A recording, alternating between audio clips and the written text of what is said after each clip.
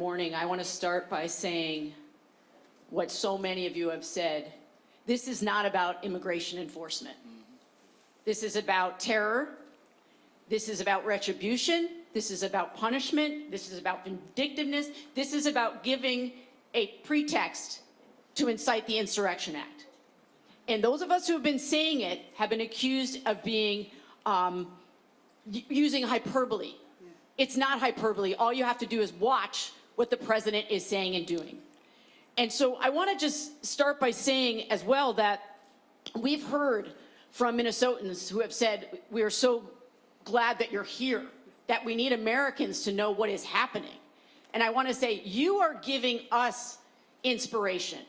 You are on the front lines of what's happening, and you're standing up in the way that they did in LA and in Chicago and in other communities across this nation.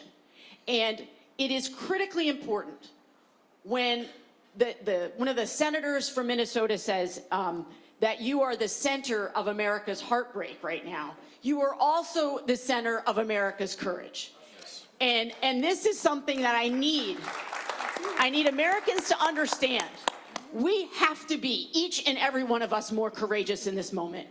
There are people right now in Minnesota, and all of you who have testified today, who are putting your lives in danger and at risk by speaking out. And all of the people who are witnessing and showing up and documenting. They are doing this not just for Minnesotans, they're doing it for all of us. They are standing up for all of our rights. So I'm going to ask today that Americans who are watching this understand that you need to dig deeper, all of us. It's on all of us to protect this democracy and this Constitution. I also want to say, as a gay woman, I have not cried yet over Renee Good, because I know if I do, I'm not going to stop. And I want to say to gay people across this country and trans people across this country, your lives are not worth less. And to immigrants, your lives are not worth less. And people of color, your lives are not worth less, no matter what your government is telling you. And I know my colleagues, many of you know, I call myself a scrappy little dyke for a reason. I'm not going to be intimidated. I'm not. And you're not going to keep any of us quiet.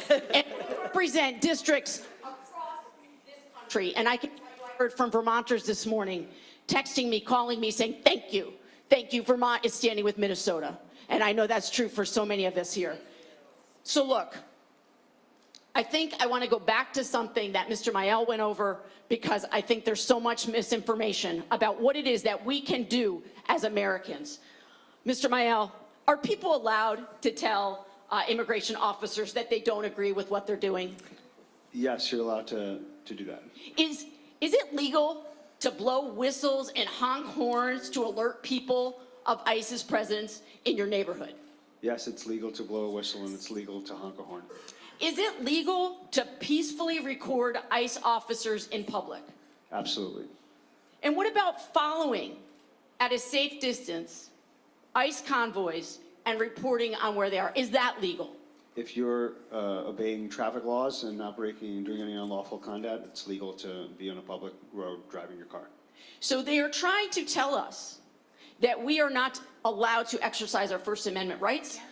And they have given up the game here. What they've said is people are not being respectful enough towards law enforcement. And by that they mean they don't want us to be allowed to dissent. And I just want to say again, I'm so impressed by Minnesota. You have trained tens of thousands of constitutional witnesses here, and that's what we have to do across this country. Yes. And I yield back.